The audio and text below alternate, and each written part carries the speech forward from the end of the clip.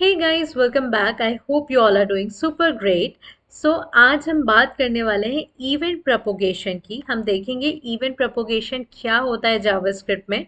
ये एक थोड़ा इम्पॉर्टेंट सा टॉपिक है and why I am saying this important because ये इंटरव्यू में पूछा जाता है अक्सर कि इवेंट प्रोपोगेशन क्या होता है, हम इसे किस तरीके से हैंडल कर सकते हैं जावास्क्रिप्ट में।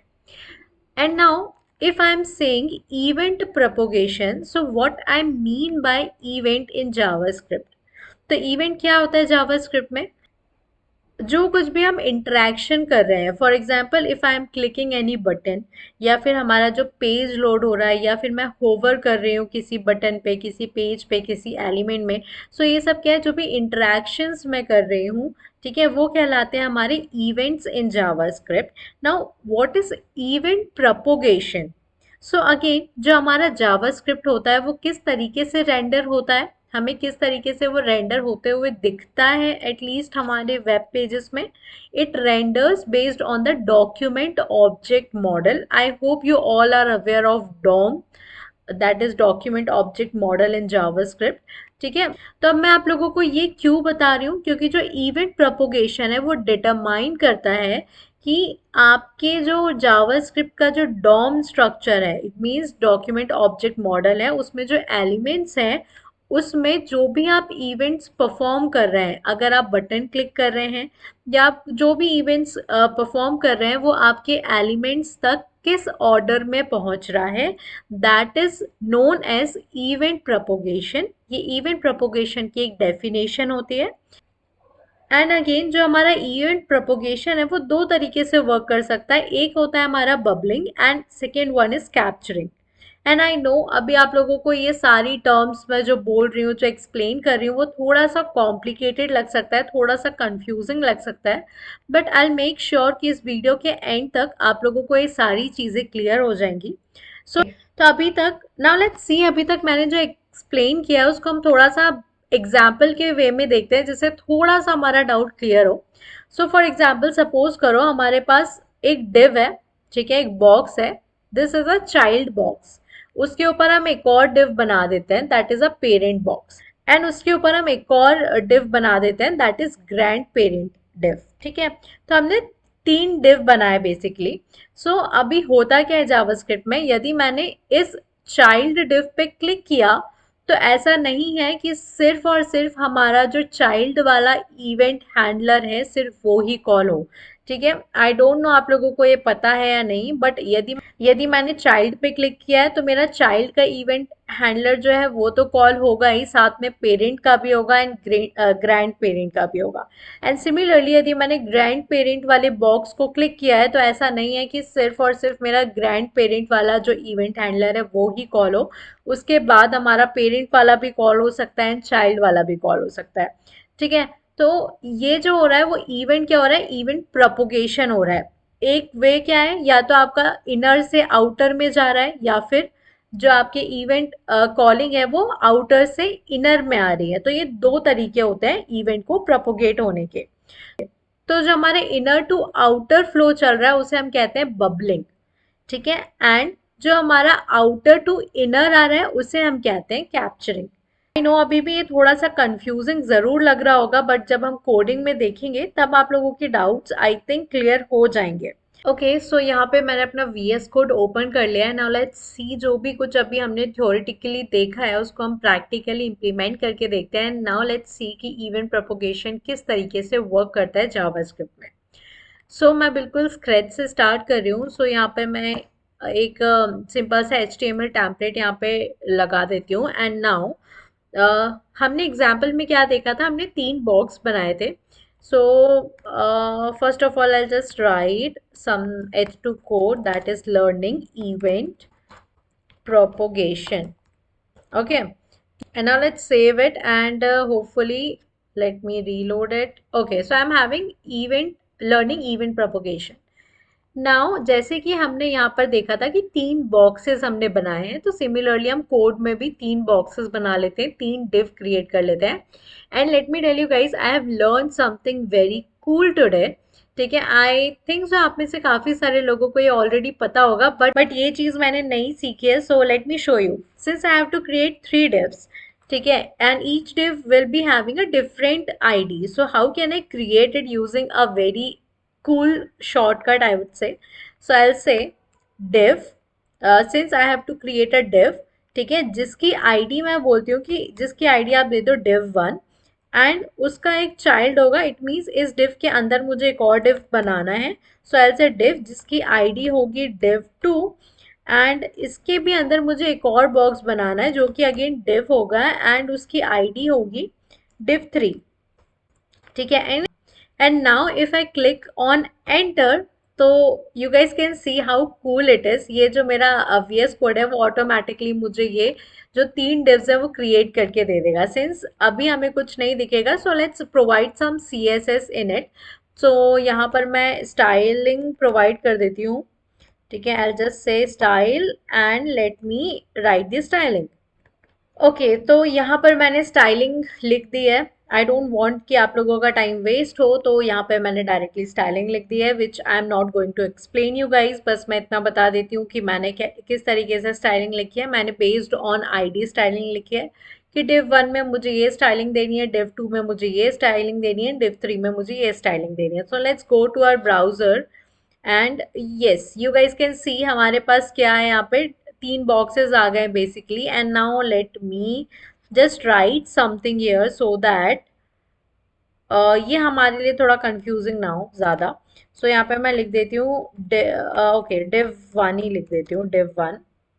एंड नाउ div2, एंड यहाँ पे मैं डाल देती हूँ div3. ठीक है, let me save it and now I guess हमें दिख जाएगा. परफेक्ट, हमारे पास सबसे ऊपर है div1, then div2 and then div3. सो अभी तक हमने ये सिंपल सा HTML बना दिया, उसमें हमने थोड़ा सा स्टाइलिंग प्रोवाइड कर दी just to differentiate 3 divs. Now हम लिखने जा रहे हैं जावास्क्रिप्ट.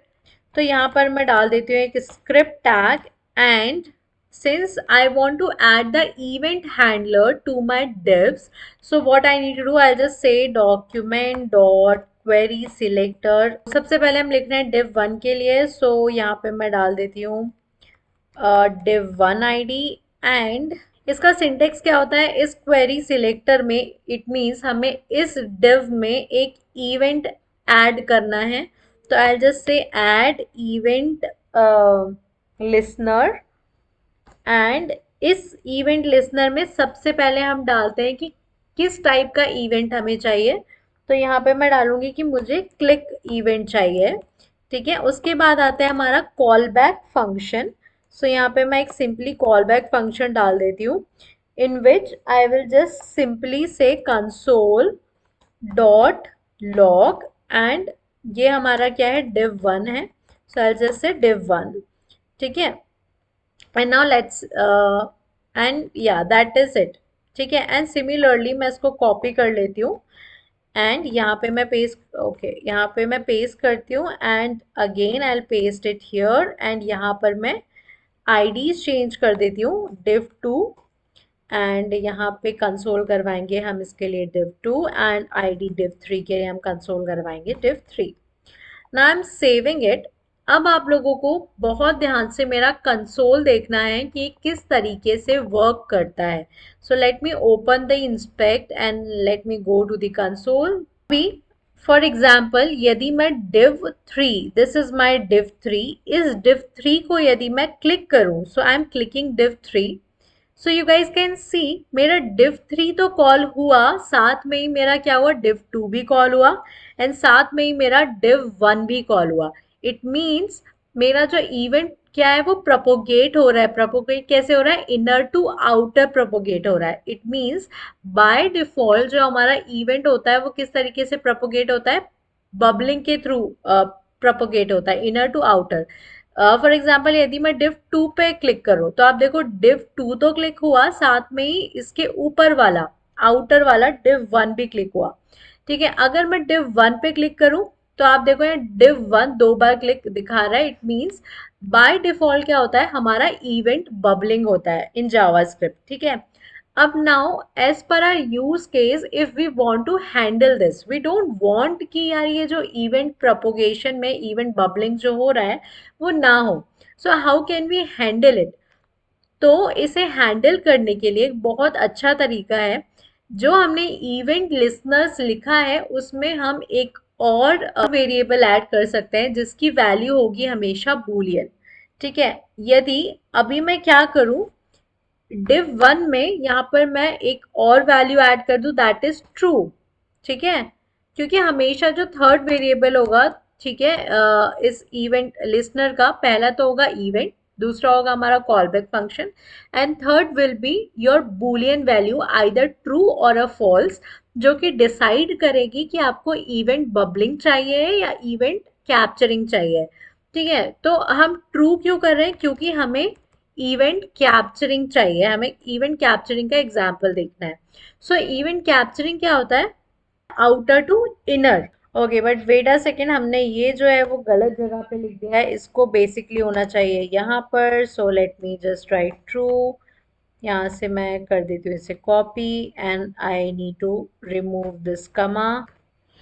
ओके, सो यहाँ पे सिंटेक्स मैंने सही कर दिया, बाय मिस्टेक मैंने यहाँ पे ट्रू डायरेक्टली लिख दिया था, बट ये जो कॉल बैक फंक्शन जो हमारा सेकेंड पैरामीटर है, जैसे ही वो यहाँ पे खत्म होगा उसके बाद थर्ड पैरामीटर में हम बूलियन वैल्यू देते हैं, दैट इज ट्रू और फॉल्स। बाय डिफॉल्ट जो वैल्यू होती है, यदि हमने कुछ नहीं दिया, यहाँ पे ट्रू भी नहीं दिया फॉल्स भी नहीं दिया, तो it will consider that value as false. It means हमारा इवेंट बबलिंग परफॉर्म होगा।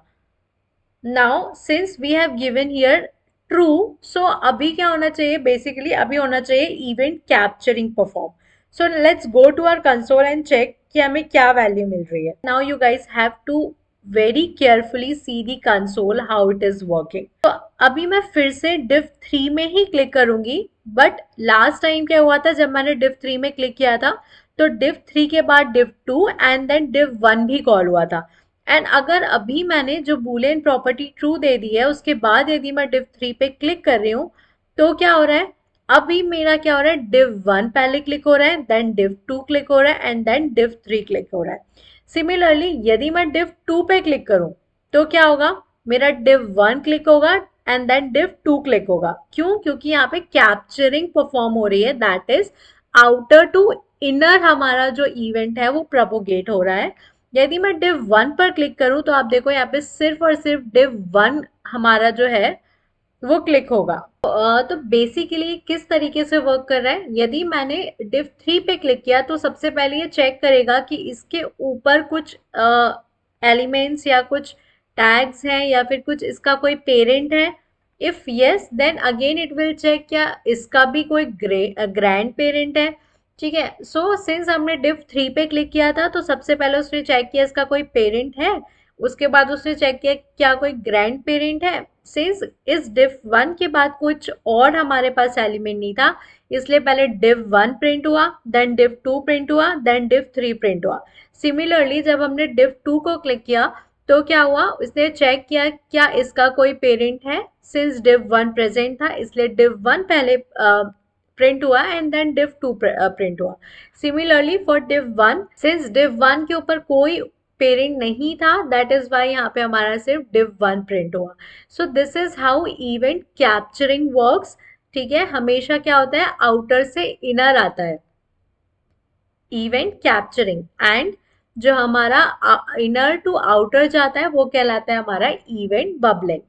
सो आई होप ये चीज तो आप लोगों को अभी थोड़ी क्लियर हुई होगी कि ये किस तरीके से वर्क करता है। But don't you guys think कि जो इवेंट प्रोपोगेशन है बहुत कॉस्टलियर है, because what if I really don't want कि यदि मैं div 3 पे क्लिक कर रही हूँ तो div 2 और div 1 का भी इवेंट हैंडलर रन हो। ठीक है, या फिर मैं div 1 पे क्लिक कर रही हूँ तो आई डोंट वांट कि div 2 और div 3 भी साथ में रन हो। ठीक है, सो how can I handle this situation, how can I handle the event propagation, क्योंकि हमने ये तो देख लिया कि यदि हम ट्रू कर देते हैं तो इवेंट कैप्चरिंग हो जाएगा, आउटर से इनर आ जाएगा। यदि हमने फॉल्स दे दिया या फिर हमने कोई वैल्यू नहीं दी तो ऑटोमेटिकली इवेंट बबलिंग होगा। बट व्हाट इफ यदि मुझे इवेंट बबलिंग या फिर मुझे इवेंट कैप्चरिंग दोनों ही नहीं चाहिए, तो मैं उसे किस तरीके से हैंडल कर सकती हूँ। So for that there is one method that is known as stop propagation. ठीक है, तो स्टॉप प्रोपोगेशन जैसे कि नेम सजेस्ट कर रहा है, जो हमारे प्रोपोगेशन होता है आइदर आइदर बबलिंग और अ कैप्चरिंग, उसको स्टॉप कर देता है। So now how it works, so let's see in our VS code. So suppose यहाँ पर मैं अभी ट्रू सब जगह से हटा देती हूँ, but now what we can do is, हमें पता है कि जो कॉल बैक फंक्शन होता है हम उसमें इवेंट को एक्सेस कर सकते हैं। सो यहाँ पे मैं लिख देती हूँ e, and after console dot log I just say e dot stop propagation. ठीक है, सो ये एक मेथड होती है जो कि हमारे प्रोपोगेशन को स्टॉप कर देती है। So now let's go to our VS code again, and now if I click on div3, but उससे पहले आप देखो यहाँ पे हमने कोई वैल्यू नहीं दी है, तो बाय डिफॉल्ट क्या होना चाहिए, इवेंट बबल होना चाहिए।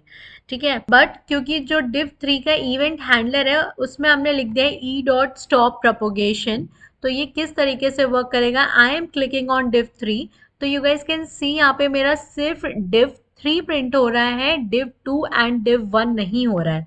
बट सिंस मैंने div2 में E dot stop propagation method का यूज नहीं किया है, सो अभी हमें क्या रिजल्ट मिलेगा यदि मैं div2 को क्लिक करूंगी, तो you guys can guess it, क्योंकि ये काफी ज्यादा सिंपल हो गया होगा जितना अभी तक हमने समझा है उस हिसाब से।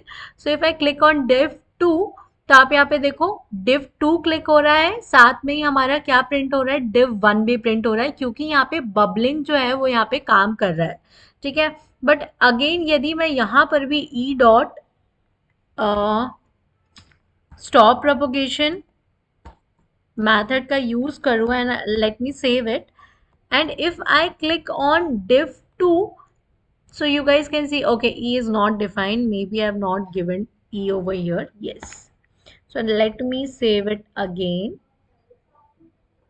and now let's click on div2 again. So if I click on div2, so you guys can see जो div2 है सिर्फ वो ही हमारे यहाँ पर कॉल हो रहा है, div1 is not getting called.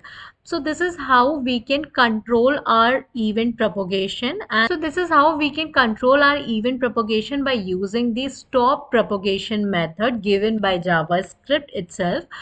So I hope आप लोगों को ये समझ आया होगा कि इवेंट प्रोपोगेशन क्या होता है, इवेंट बबलिंग क्या होता है, कैप्चरिंग क्या होता है, हम इसे किस तरीके से कंट्रोल कर सकते हैं by the use of stop propagation method. So I guess that is all for this video guys, मिलते हैं नेक्स्ट वीडियो में, बट